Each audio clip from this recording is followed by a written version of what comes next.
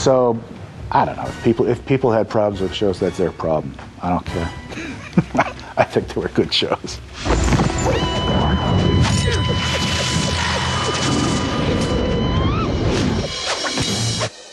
Rob Tapper, the executive producer, called me up one day and said he had an idea for a new 3-episode arc that was going to introduce this female warrior. And he had the perfect actress for it, too. This very pretty, blonde English actress named Vanessa Angel.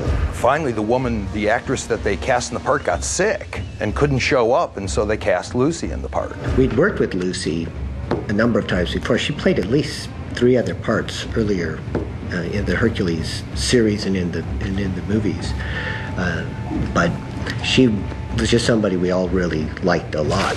I think the question that people asked me a lot when Xena was shooting was, what's Lucy like and how tall is she?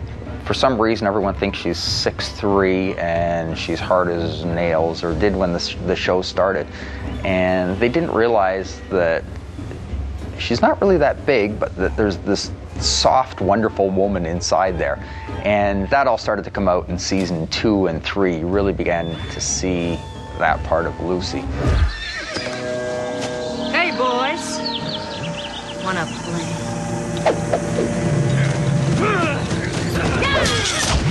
Lucy had an idea, and she knew what she wanted the character to be. And I think we were there to make sure that she got there. And then, by the time, however many episodes in, it was by rote. She knew it. Give me that child. Better do it. Don't be afraid. It was fun shooting, having Lucy shoot fire out of her mouth. That was actually kind of fun. I couldn't believe she was going to do it. I got down there and I said, in this script, Lucy really going to shoot fire? And I go, oh yeah, she's done it before. I go, cool, let's do it. And it's pretty exciting when you see her do it on the set. She just goes right to it. I was the least experienced of all the directors that worked on the show first season, on all of the Hercules TV movies too. But there were a lot of us that really didn't know what we were doing, at least as far as television was concerned. A lot of people that came from features. And that was good and bad. It was bad in the sense that we made mistakes that more experienced people wouldn't have made. We had a great time playing in the first season with a lot of different styles and trying to evolve a kinetic style that would keep the audience just like enthralled by how quickly we were moving.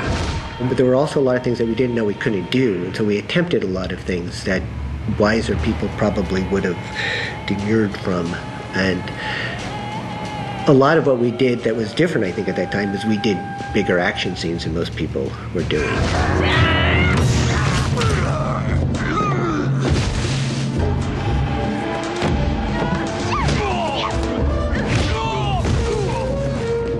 Rob Tapper gave us homework. He gave us a whole bunch of Hong Kong action films that we took home to watch.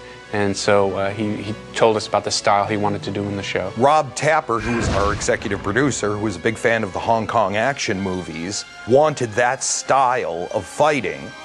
And so that was the approach, and that was kind of the approach from the beginning, to do kind of a Hong Kong version of ancient Greece. I've just blocked off the flow of blood to your brain. You'll be dead in seconds unless I release you. By the way, Rob Tapper does have a cameo in the pilot episode for anybody who wants to look. In the final fight, where Xena and Draco are fighting on the villagers' heads, the very last person whose head is getting stood on is Rob Tapper.